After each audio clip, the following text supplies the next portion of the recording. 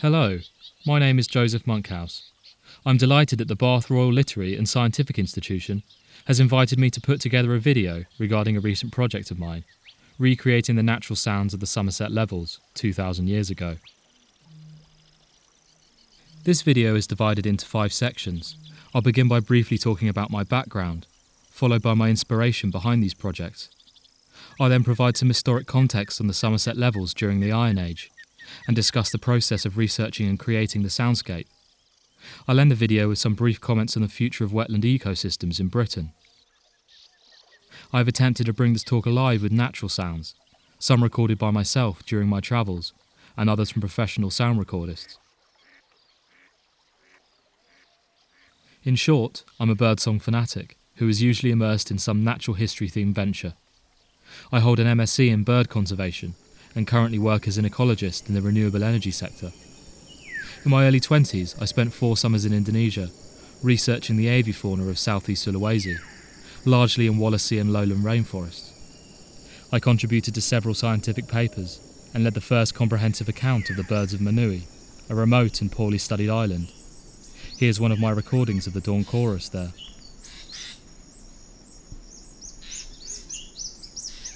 I have a particular interest in birdsong, and this has been a running theme through most of my endeavours.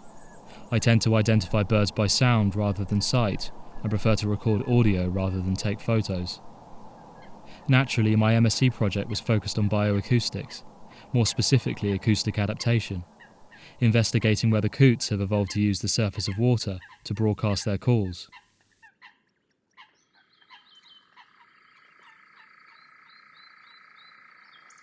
Alongside ecology work and other natural history projects, I like to put together birdsong-themed videos for the YouTube channel Birdkind, which I started with my friend Jack, a fellow wildlife enthusiast and birdwatcher. Initially, the videos comprised simple compilations of bird sounds, such as the nocturnal voices of British birds, but more recently the productions have become slightly more involved and conservation-orientated, focused on creating historic soundscapes. Combining my ornithological experience with a basic grasp of sound production picked up from a pastime of music composition, I felt I could try recreating the sounds of lost ecosystems. These soundscapes would be based on evidence, both observational and archaeological, with the aim to transport the listener into an immersive environment, whilst highlighting biodiversity loss in an auditory way. I wanted to convey a contrast between the past and the present, to perhaps reset the baseline of what people consider to be the biological norm of the British countryside, certainly with regards to diversity and density of species. It's difficult to comprehend the gradual degradation of our environment when it occurs over a lifetime, and even harder to imagine what it was like before we were born. Some may argue that the loss has been continuous, ever since the Neolithic migrants began clearing the Mesolithic forests to make way for agriculture. The classic line, "I remember when this was all trees," is all too poignant now. In 2019, the RSPB's conservation focus was on the dramatic decline in farmland birds. It felt appropriate to highlight this by reconstructing the sounds of a hay meadow set just over a century ago. This was before the great intensification of agriculture, where farms still served as rich and variable habitats, maintained by more traditional methods of farming. The meadowscape was based on evidence extracted from 6 dusty volumes of British Birds and Their Nests and Eggs by Arthur G. Butler, 1898, where I learnt that birds such as sow buntings and red-backed shrikes were commonplace in the south of England during that time. Now either one would attract a swarm of twitchers. Incredibly, the book also featured the great auk, though it did claim it was probably extinct by that point. The meadowscape had a very positive reception. I didn't anticipate something quite as niche to appeal to so many people, and it was uplifting to find that others shared my longing for ecological time travel. Aside from the pure enjoyment of making it, the feedback gave me further incentive to continue with the theme of historic soundscapes, and try out a different habitat in a different era of British history. I settled with 2,000 years ago, deep within the lost wild wetlands of the West Country. My plan to travel back 2 millennia was inspired by a recent interest in British prehistory. This was ignited by discovering that my local patch for birdwatching, a short walk from my residence, is in fact an Iron Age hill fort. The undulating multivalent ramparts have remained impressively deep and very discernible within the now mature oaken beech woodland that covers it. 2,000 years ago it would have been open country, overlooking the two key rivers in the area, the Pang to the north and the Kennet to the south. The Iron Age people left behind an enduring mark on our landscape, their great monuments still prevailing in the 3,000 plus hill forts etched into our hills and plateaus. Yet with virtually no written documentation, the age remains charmingly enigmatic. I wanted to experience it. While operational, the open country of my local hill fort of Grimsby Castle would have supported many species found in the hay meadows of 1900. Thus I decided that a wetland habitat would allow me to experiment with different sounds and include some charismatic creatures that are now absent from our countryside. The most extensive wetland assemblage of species from the Iron Age has been unearthed from the Somerset levels in two lake villages, Glastonbury and Mere. These excavations allowed me to draw from real evidence to provide a partially accurate soundscape.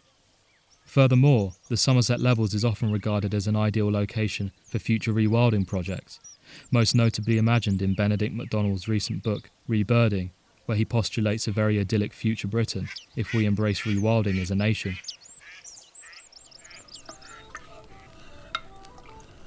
The animal remains were found amongst the vestiges of prehistoric suppers that had endured 2 millennia preserved in the ground. Glastonbury Lake Village, the larger of the two, comprised up to 20 roundhouses at its peak, with a wooden stone causeway and palisade stakes bordering the settlement. The villagers' diet was varied, partially consisting of wild and domesticated species. Evidence of lead sinkers for nets and baked clay slingshots indicated how the wild animals were caught. Living on the wetlands meant that agricultural farming was limited. However, a substantial amount of barley, beans and peas were present too, grown on drier land and perhaps obtained by trading fish or wildfowl. Bones of coastal bird species such as puffin, cormorant and Manx shearwater also suggested some contact with the coast. The residents likely traded furs of beaver and otter with neighbouring communities, using canoes to travel through the open water channels. The entire levels would have covered approximately 160,000 acres, a vast mosaic of shallow open water, wet alder and willow woodland, reed swamp and sedge fen. It wasn't until the Middle Ages that significant changes to the landscape occurred. Rivers were diverted, large swathes of wetland were drained and livestock was grazed in pasture land. I find the historical elements fascinating as it helps place myself in the landscape, though my focus for this project was on the natural sounds. The History of British Birds by Derek Yalden served as my primary reference material. The book presents a timeline of birds in Britain, starting in the Cretaceous and ending in the present day, drawing evidence from paleontological and archaeological excavations. The book provided a comprehensive list of all positively identified species recovered from the Somerset Lake villages. With such a substantial catalogue of species, I had the ability to choose what time of year to set the soundscape. I considered early winter, with immense migratory flocks of wildfowl arriving from Scandinavia. But I settled for early spring instead, a more vibrant melodic chorus, punctuated by bugling cranes and booming bitterns. There is something quite archaic about a bittern's territorial call, a cross between a bellowing war horn and a large drum, sparking a range of charming regional names for the bird: bumble, butterbump, bog drum, Maya drumble, bog bumper, bull of the bog. The list goes on. Most of the bird remains recovered in the excavations comprise medium to large size species, though a plausible natural soundscape requires all layers of the biological orchestra, from sea eagles to sedge warblers. Songbirds were largely absent from the sites. Their skeletons are too fine and fragile and seldom survive long in the peat. Fortunately, evidence of their archetypal predators, marsh harrier, Montague's harrier and sparrowhawk, were discovered, thus alluding to the occurrence of small passerines. I represented these anonymous songsters with those that frequent modern-day wetlands, foremost in Britain but also in mainland Europe, being careful not to include our most recent arrivals, such as the Chetty's warbler, as their range expansion is driven, in part, by climate change. When imagining the density and diversity of sound, I drew from my past experiences of the primary rainforest of Sulawesi, where the resident calls of white-bellied imperial pigeons are accompanied by cascades of eerie black-headed kingfisher whistles that ripple across the forest. It's such a unique composition of sounds to that part of the world, especially as a large proportion of the species are endemic to Sulawesi. At the time, the forests were an unblemished ecosystem, vast and void of human life. This was evident in the dawn chorus, a continuous chain reaction of calls only limited by audible range. The familiar crow of a distant village cockerel briefly pulled me back to civilization, until I realised it was actually a red jungle fowl, the wild descendant of the domestic chicken, and I was rapidly pushed back into the wilderness again.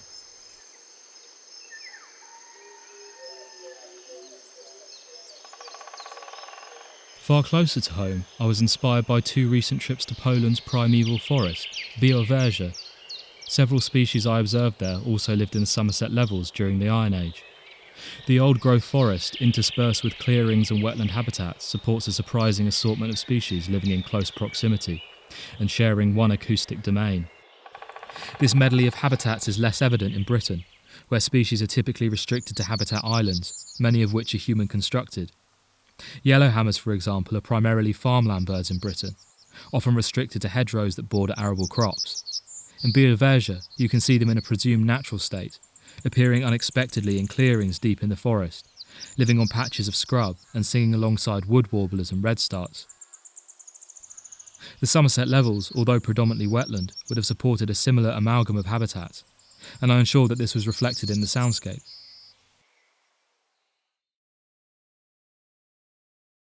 We're fortunate that a vast and comprehensive archive of the world's bird sounds are available for download on zenacanto.org, uploaded by sound recordists across the globe.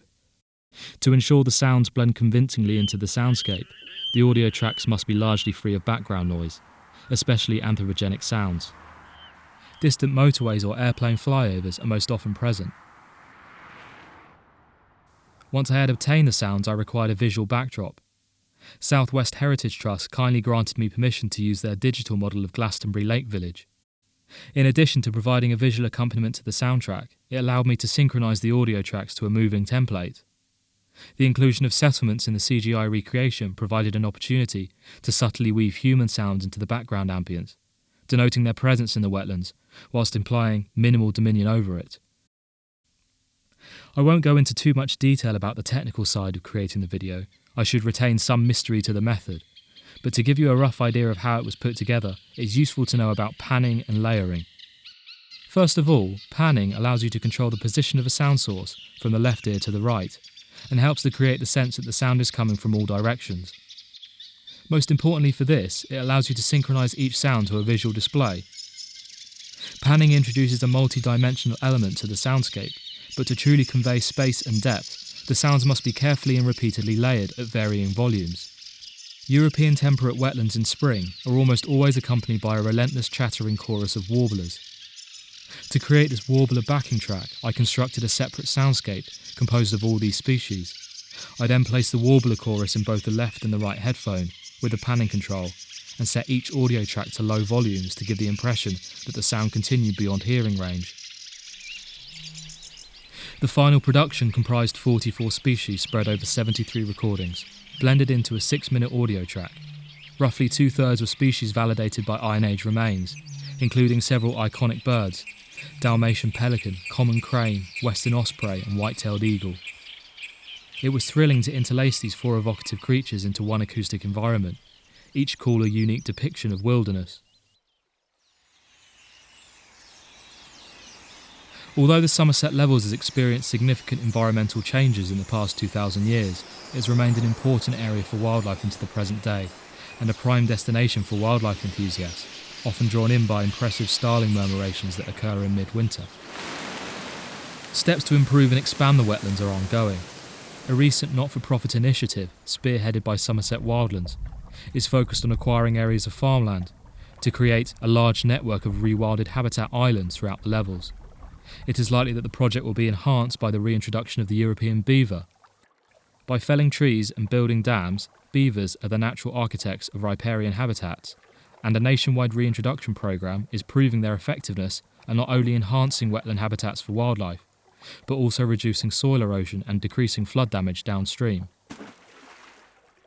This combination of rewilding, reintroductions and setting aside more land for wildlife may help to re-establish the original soundtrack of the Somerset levels, and hopefully make my artificial soundscape into a reality. I certainly plan to make more soundscapes in the future. I'm eagerly awaiting spring to obtain footage of an old-growth woodland. This will be the backdrop for a Mesolithic arboreal soundscape. I would also like to fast forward 50 years into the future to an idyllic naturalised cityscape, with skylarks rising up from skyscrapers and goshawks swooping through parkland.